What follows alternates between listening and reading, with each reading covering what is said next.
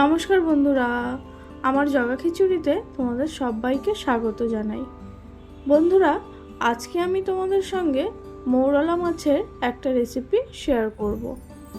মৌরলা মাছের এই রেসিপিটা গরম ভাতের সঙ্গে খেতে কিন্তু খুব সুন্দর লাগে।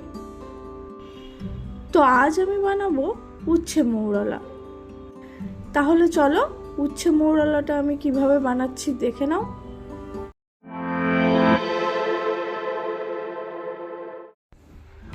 উচ্ছে মৌরলাটা বানানোর জন্য বেশ কিছু সবজি কেটে নিয়েছি। সবজিগুলোর মধ্যে আছে আলু, কুমড়ো, উচ্ছে ও বেগুন। এই সমস্ত সবজিগুলোকেই একটু পাতলা ও লম্বা লম্বা করে কেটে নিয়েছি।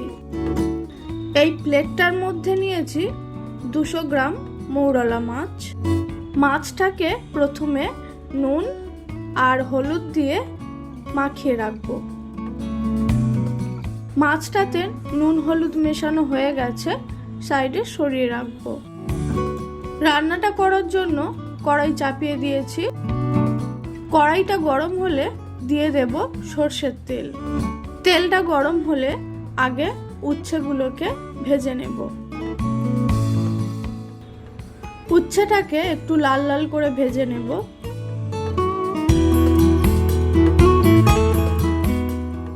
তো দেখো, উচ্ছেটা বেশ সুন্দর করে ভাজা হয়ে গেছে, তুলে নেব। এবার ওই তেলের মধ্যেই বেগুনটাকেও ভেজে নেব। বেগুনটাও বেশ সুন্দর করে ভেজে নিয়েছি, তুলে নেব। এখন কড়াইতে আরো বেশ কিছুটা পরিমাণ সর্ষের তেল আমি দিয়ে দেব। তেলটা যখন খুব ভালোভাবে গরম হয়ে যাবে, তখন আমি ওর মধ্যে নুন হলুদ মেশানো মৌরলা মাছটাকে তুলে দেব। মাছগুলোকে খুন্তি দিয়ে চারিদিকে একটু ছড়িয়ে ছড়িয়ে দেব, যাতে সবগুলো মাছই সমানভাবে ভাজা হয়।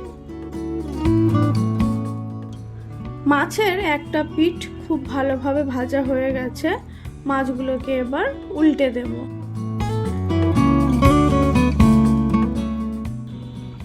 তো দেখো বন্ধুরা, মাছগুলোকে বেশ সুন্দর লাল লাল করে ভেজে নিয়েছি।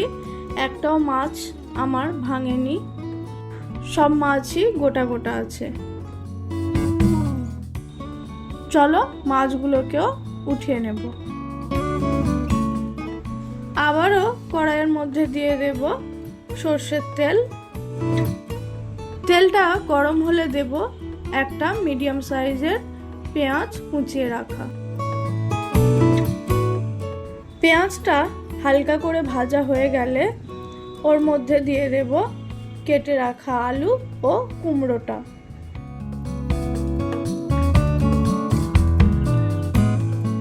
আলু আর কুমড়োটাকে পেঁয়াজটার সাথে খুব ভালোভাবে ভেজে নেব।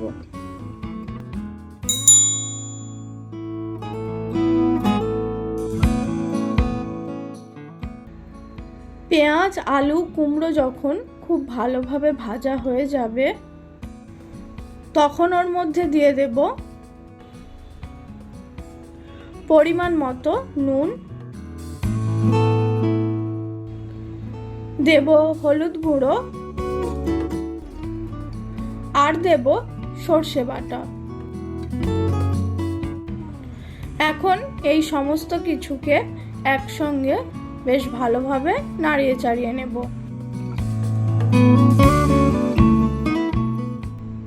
সমস্ত সবজিগুলোকে মশলাটার সাথে বেশ ভালোভাবে কষিয়ে নেওয়ার পর ওর মধ্যে দিয়ে দেব পরিমাণ মতো জল। দেখো, আমি সর্ষের বাটিটা ধুয়ে অল্প করেই জল দিলাম,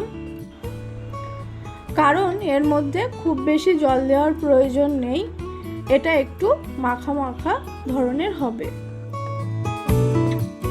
জলটা দেওয়ার পর সব কিছুকে বেশ ভালোভাবে মিশিয়ে নিয়ে ওর মধ্যে দিয়ে দেব ভেজে রাখা উচ্ছে, বেগুন ও মৌরলা মাছ। উচ্ছে, বেগুন ও মৌরলা মাছটা দেওয়ার পর আরও একবার মিশিয়ে নেব। এবার এটাকে ঢাকা দিয়ে গ্যাসের ফ্লেম লো করে দিয়ে বেশ কিছুক্ষণ রান্না করে নেব। তো বন্ধুরা, ঢাকা দিয়ে কিছুক্ষণ রান্না করার পর এখন আমি ঢাকনাটা খুললাম। দেখো, রান্নাটা প্রায় আমার হয়ে এসছে। একবার নাড়িয়ে চাড়িয়ে দিয়ে দেখে নেব আলুটা সিদ্ধ হয়েছে কিনা। আলুটাও খুব ভালোভাবে সিদ্ধ হয়ে গেছে, তোমরা দেখতেই পেলে। তো বন্ধুরা, আমার আজকের রেসিপি উচ্ছে মৌরলা কিন্তু একদম রেডি। চলো এবার এটাকে একটা পাত্রে উঠিয়ে নিই। তোমরা দেখতেই পেলে উচ্ছে মৌরলার রেসিপিটা কতটা ইজি। অবশ্যই বাড়িতে বানিয়ে দেখো, তোমাদের ভালো লাগবে। তো আমার আজকের এই রেসিপি তোমাদের কেমন লাগলো অবশ্যই কমেন্ট করে জানিও। আর আমার ভিডিওটি ভালো লাগলে একটা লাইক করে দিও ও আমার চ্যানেলটিকে সাবস্ক্রাইব করে দিও। আজকের মতো এই পর্যন্তই রাখছি। দেখা হচ্ছে পরের কোনো এক ভিডিওতে। ততক্ষণের জন্য টাটা।